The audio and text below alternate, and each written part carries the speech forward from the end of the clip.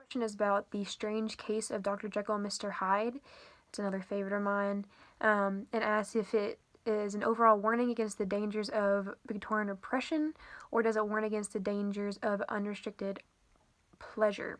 And so I would go more towards warns against the dangers of Victorian repression, because I think the main downfall of Dr. Jekyll was the societal restriction he felt and how he spoke and behaved, and that led him to create this entire other side to him. And if he didn't feel the pressure to be seen a certain way, Mr. Hyde would never exist, and Dr. Jekyll would have never died, and neither would have the other men. Danvers Carew and the little girl was injured, and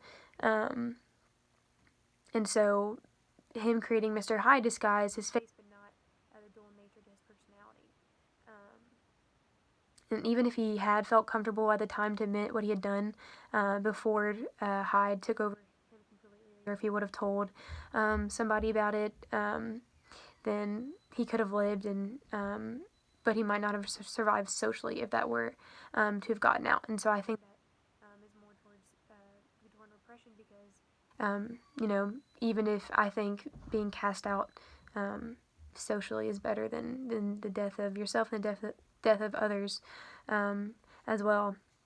And so this is also the time period, the Victorian era, where we see just the rise of Freud, of Marx, of Darwin, of these thinkers that are unlike any before. Darwin changed the way people believed traditionally, brought in theory of evolution, and forward you get the expansion of your mind and the idea of duality, and also you get the theme of individualism. And so that goes more towards the dangers of Victorian repression, because it's kind of trying to break out of that societal box. And this all it really reminds me of, this is kind of off topic, but the movie The Favorite. I don't know if you guys have seen it, but it was up for a lot of Oscars a few years ago.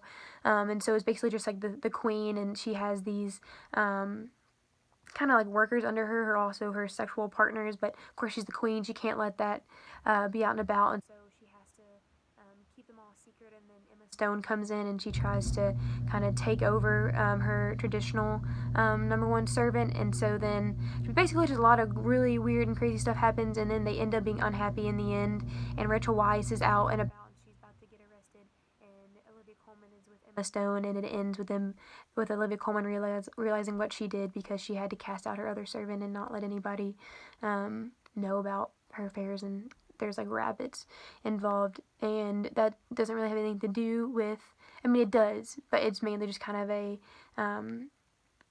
you look at the Victorian era and you kind of look at Victorian repression, and also just another reason why it's bad. It also ends unhappily, so that's how you know it's also a representative of Victorian repression. Okay.